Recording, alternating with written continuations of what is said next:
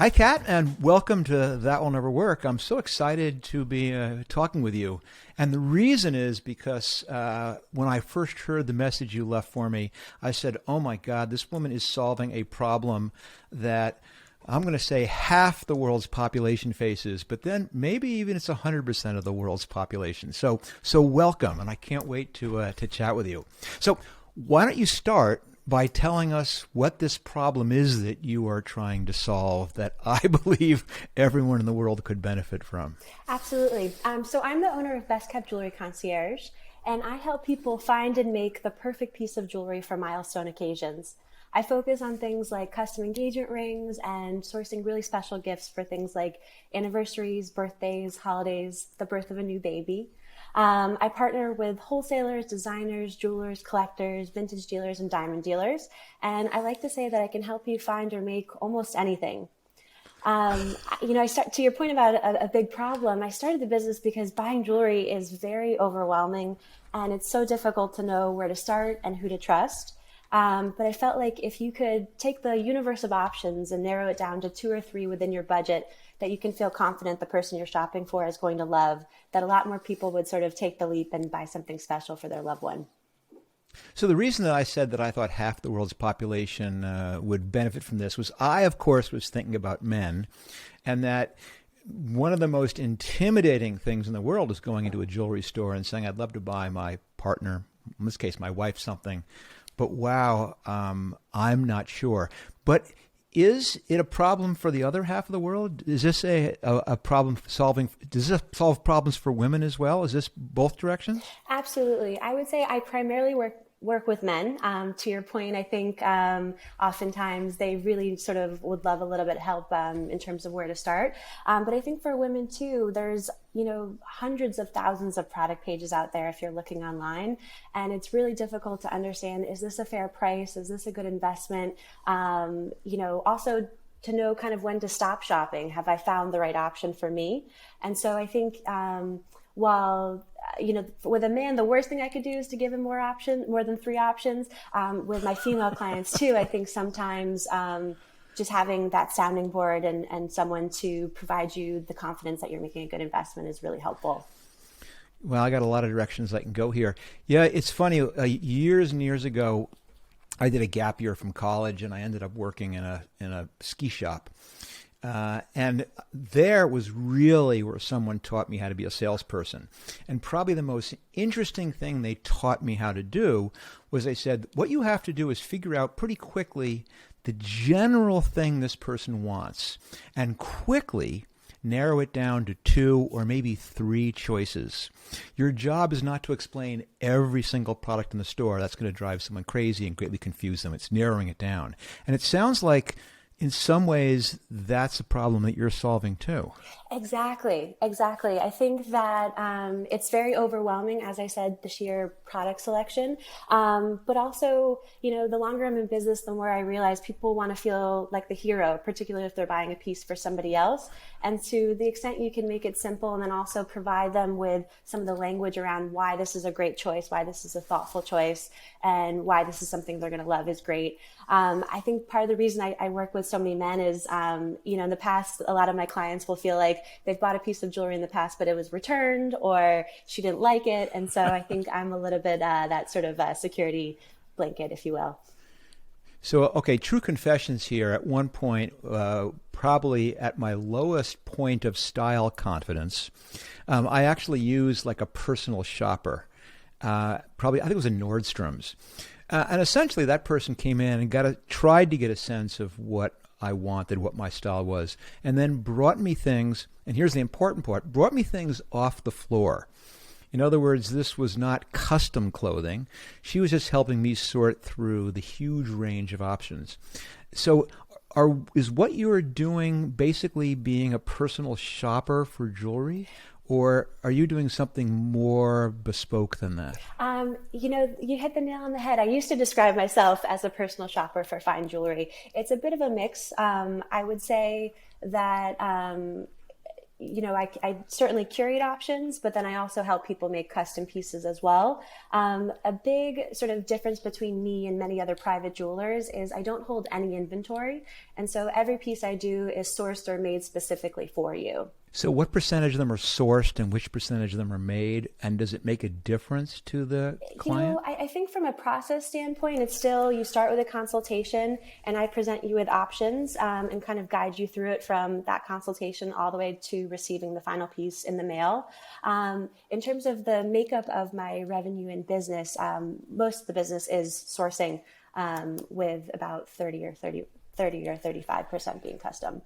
So that's kind of interesting. So when someone comes to you, I assume it's not in person. Is this all done via Zoom or is it in person? Or how does the interaction actually happen? Yes, so that first consultation is usually over the phone, and we'll discuss what you're looking for, what your budget is. Oftentimes, I'll have my clients send a picture of their wife or spouse. That sort of gives me a little bit of a flavor of their style and helps me sort of put my finger on their overall energy. And usually from that first conversation and a few visual inputs like a photo, I have what I need. I have sort of my marching orders to go out and source really beautiful curated options within your budget. So then you present these options how? I put together a really easy to understand PDF. As I said, I like to include anywhere between 3 to 5 great options. For each of the options, I always include pictures of the piece on the body. I think one of the most challenging things about buying a piece of jewelry online is scale. Often you'll order something, it comes and it's not at all the size you thought it was going to be. So I always like to include as many pictures as I can, particularly on the body. I like to include information on the designer, and I'll also include a little bit of language on why I think this is a great choice for Sally. So if you've mentioned your wife has beautiful blue eyes and the piece has blue sapphire, I'll sort of pepper that in. I like to find little pockets of thoughtfulness to make it feel like almost an inevitable choice. So then they get the PDF, and then what's next? Then do they narrow it down to one? Well, what point do they actually see this thing, or does that only happen after they've pulled the trigger? Exactly. So you'll review the options. Ideally, you say, let's go with option 2, and I will order it and send it to you. And is there a money-back guarantee? I don't do returns. I do have an exchange policy, but I have to tell you, in 3.5 years in business, I think I've gotten something like 2 exchanges. It's a very personal process that we go through, and I'm really proud of my track record that way. Yeah, that certainly sounds amazing if you have so few people who have said, I don't love this, which is fantastic. And it's really interesting. And, I've certainly bought, at this point, I've bought a lot of jewelry, and I've tried pretty much every different technique. The closest I've come is that we did have a jeweler that we used to go to all the time, who after a while began to know what we wanted. And I can immediately see how powerful a tool this is. I also realize, of course, firsthand how confusing it is trying to understand things like diamond quality and all the other little pieces that go into trying to know whether you're getting ripped off or not. Exactly. So the engagement ring process is always going to be a little bit different, but I like to kind of tailor the amount of education based on the client's appetite. So I have some clients who essentially want like a mini master's degree in gemology, and then other clients who kind of really trust me and just want sort of an introduction to the basic 4 C's. But my job is to really act as the client's advocate and really sort of ensure that they're paying a fair price and they know exactly what it is they're buying. Okay, so now I kind of understand it, and I hope everyone who's listening has been following along gets it. Let's now geek out a little bit here on the state of the business. And then, yes, eventually I will ask you what it is that you're curious about or maybe struggling with. So approximately, what's the average order size? Is this every kiss begins with K size order, or is this more of a Cartier size type customer? Probably somewhere in between. My budgets for sourcing start at $2,000. So depending on sort of how big a milestone the occasion is, my most typical budgets for sourcing gifts are in that $2,500 to $10,000 range, and engagement rings start at $10,000. So the question on everyone's lips, is it still spending 2 months salary for an engagement ring, or is that pure myth making by De Beers? I would say some people still think of it that way. But a little bit of myth making, but the whole process of buying an engagement ring has changed so much, and I think a lot of that is to do with Instagram and it being sort of such a visual time. Women are much more involved in the process than I think that they used to be, yeah, engagement rings is definitely one of my favorite parts of the business. As a marketing guy, that was probably one of the most brilliant marketing campaigns in the last 50 years. I mean, what a difference that made to first of all, giving men confidence of how much should I spend, but then having it be a number which was probably about twice what they should have spent. So all power to them. Tell me about repeat customers. Once someone buys from you, what percentage of them come back? Exactly. So I have really like a pocket or a book of business where people come to me, 3 or 4 times a year. And to your point about having that family jeweler, that's almost what I've become for them, where I know their tastes. And instead of the glossy PDF with lots of options, I'm almost just texting you options throughout the year. Other people, again, who maybe buy less jewelry, will come to me every once in a while when it comes to that really big milestone occasion. But as I look at sort of my client roster, about 30 or 40% of people come back again. So is one of your big challenges more customers or more revenue per customer, or both? Really more revenue per customer. What I do is really personalized, and I like to take a lot of time with each client. And so obviously my time is limited. And so, as the business grows, just finding ways to sort of capture those bigger budgets is always on my mind. So what else is on your mind? I could certainly go in a lot of directions here, but what are you currently wondering about or struggling with or thinking about? What can I help you with? So, business is on track to triple again this year, which is really exciting. And as I've looked to expand beyond just my immediate network and word of mouth and referrals, I've spent a lot of time on Instagram, which has been fantastic. But as I dig into the numbers, I'm finding that about 80% of profits come from working with men buying something special for their partner or spouse. But more than 80% of my Instagram followers are women. And so I certainly work with women directly, and they'll send their husbands to me. But I'm just wondering if there are creative ways that I can market more directly to my ideal client. Yeah, that's a really interesting dynamic. And do you think, let me go to the root of it for a second. Do you think that women are more confident in buying their own jewelry and see less need to have someone help them? Is that why 80% of your customers are men? Is that the nature of this business? I think what it comes down to is, unlike a lot of other people who sell jewelry on Instagram, I don't have an e-commerce store. As I mentioned, I don't hold any inventory. And so I think women really like to browse and shop and keep things on their wish list, versus just the way that my more consultative service is set up is really around needing some sense of urgency. And so there are women that I direct message with for months and months, and they sort of think a lot about what their next purchase will be. But because there's not that my anniversary is next Saturday component, it can be a little bit harder to convert them. So what is that, since I don't have it in front of me, give me a quick idea what the nature of your Instagram account highlights. Is these pictures of beautiful jewelry? Exactly. So if you go into the feed, it is pictures of pieces that I've done with my other clients. And then on Instagram stories, which is more of like an ephemeral everyday thing, I like to include sort of the behind the scenes process of how I'm sourcing and, appointments at the diamond dealer. Instagram really is such a great medium for jewelry because it's so visual. But you can also imagine that, more women are drawn to follow an account like that. Okay, so I can go at this from 2 different directions for you.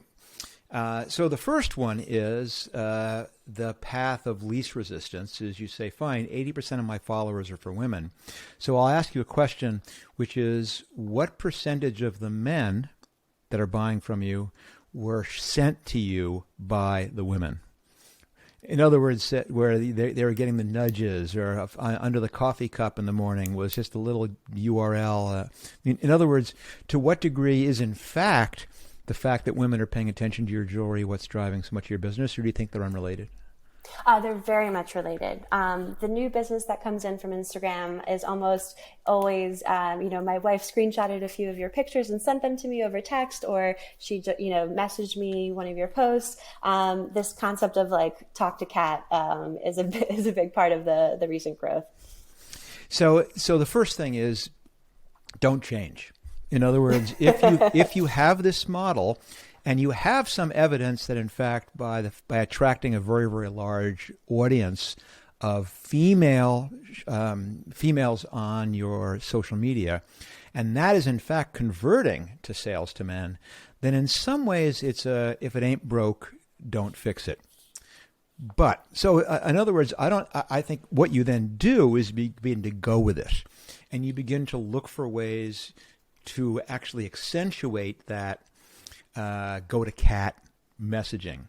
Right. And so much of what you do is actually not just pictures of beautiful jewelry, but it's actually putting in these prompts, putting in things that you think you can get the woman to tag the man as the hint, hint, hint. And you just sort of accentuate that piece of it and encourage it. And that could be a pretty powerful way. But now let me take it a different direction. Do you think? Oh, I know the answer to this. Do you think many men enjoy looking at pieces of pretty jewelry on Instagram?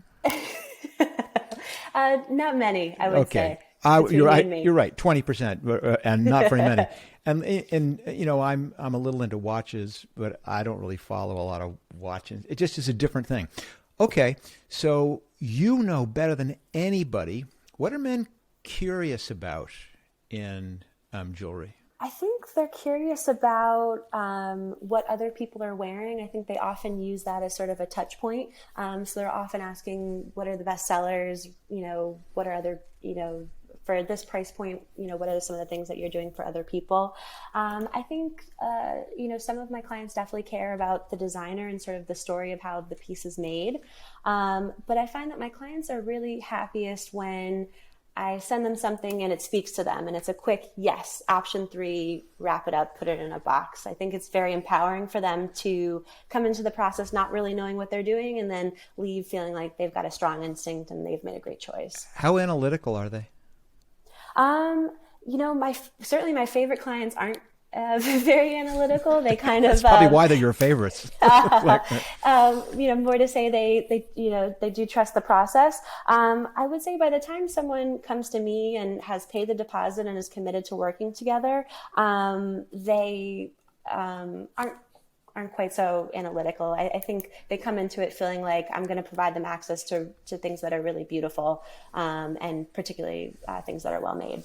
So the direction I'm going here, and you have to take this with the understanding that I don't know anything about this whole category, and some of this is coming from personal experience, but categorically what this really requires is if you really want to attract more men to receive your message, you have to deeply understand what men are curious about and how that interacts with the jewelry business. And in some ways, in my opinion, one approach is to position yourself as a thought leader not in taste and style, but in how to pick a piece of jewelry for someone. Mm. And for example, if you, again, this is going to be lame because I'm not fluent enough, but if you begin to explain the pros and cons of different color diamonds, which you can do very well in a visual medium, you're giving someone this chance to understand, oh, okay, I get it. If you can teach someone about what flaws are, what they look like, and why sometimes that's good, sometimes it's not good. If you can talk about some of the cut, if you can talk about all these other aspects that demystify, and I'm just talking about diamonds, but there's a million categories. Even stupid things, and I'll make this up again. How to know whether you should get a choker or a pendant or it's not so much the look how pretty this is. It's let's give you confidence that you're going to blow your wife's mind with this gift, because you understand it. And at the same time, so the idea is to do something which resonates with someone who they are willing to follow, because they are learning and they are becoming more educated. And you're positioning yourself as the person who's trustworthy. I mean, if you did exposés, if you went and did Secret Shopper and said, listen, here's the exact same diamond, and it's 3 times the price here than it is here, you're doing the kind of stuff that men would go, God, that's really cool. And you're positioning yourself as someone who's trustworthy, who's not going to rip you off. Right, right. I think there is that education component which has performed really well, and people are really interested in. As I think about what you asked me before a little bit more, I think what a lot of the people I work with are primarily interested in is she going to like this? I think they feel like they're putting themselves out there a little bit. It is sort of a vulnerable thing to present someone a piece of jewelry. And I think their primary concern after, am I getting ripped off, is she going to like it? And I think that's the big challenge. And I think what I'm uniquely good at, but I almost think that's almost more important to them than the more analytical education component. And you have a methodology for helping men become again, I know I'm playing gender roles here, so everyone who's listening, understand. Listen, it's 80-20, so we're just going to go with the 80-20. And I know, obviously, a lot of times it goes the opposite direction. Insert the right caveat here. But, if you've learned these techniques about how to be more confident, because it's not just helping the man find what he wants. It's helping the man find what he wants because he thinks and knows his partner or recipient will want it. And I think a lot of that is something that you can do in a social media context to make people more comfortable with you in a format that appeals to men. Maybe, in fact, you do 2 different accounts, which is... that. You have the women's account, which goes all in on eye candy and your very clever ways of driving referral.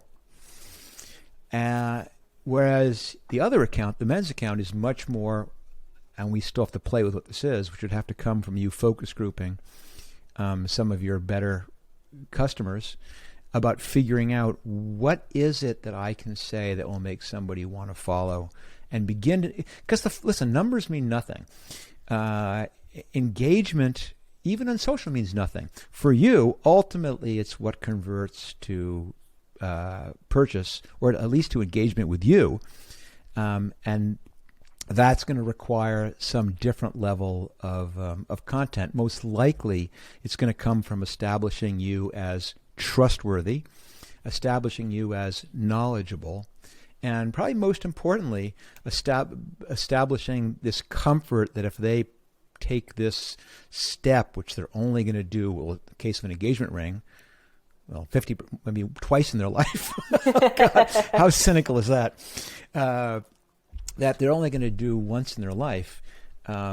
There's huge amounts of fear that you have to overcome, that you're going to be the person who helps them find something for a woman that you don't even know. I think that point about 2 different accounts is really interesting, because for a long time I struggled with the messaging, which is ultimately you're buying a product, which is a piece of jewelry, but what I'm really providing, what's really unique, is the service. And a little bit what I'm hearing you saying is highlight the product on my existing account, which really targets women, but talk a lot more about the service component with this sort of separate account, and the process behind it, and how you two can get a better sense of her style and ask better questions and feel like every time you're going to nail it. Exactly. And it comes down to you. And listen, the good exercise is to write down, literally, what do women want out of this? What's the right outcome for them? And what do men want out of this? What's the right outcome for them? And they're going to be very different. Right. And then you can back into what are the steps you want to use? How do you present this emotionally? How do you want those two audiences to think about you. And I think it could be really interesting. And I think it'd be kind of interesting if I don't know if you have played with it before, is developing some form of collaborative shopping. Right. I like that a lot. I think, as I mentioned with engagement ring shopping, I'm seeing that as much more of a trend. Oftentimes, both parties will come to the diamond dealer to select the stone together. And so I think more and more there's a movement towards that. And then on the gift side, sometimes women are just very, very prescriptive. So it's very collaborative in that way. But that's different. I mean, there's and actually as I've said over and over and over and over again, don't spend all this time designing this product. The product being a collaborative shopping service. Before you try it, you try a whole bunch of different ways, because some customers, yes, the woman's going to want to be prescriptive, like you said. It's collaborative, but not really. It's your role, future husband, is to pay for it. I'm going to pick it out. And then there's truly collaborative, where they're jointly reviewing the PDF and they're jointly making these decisions about it.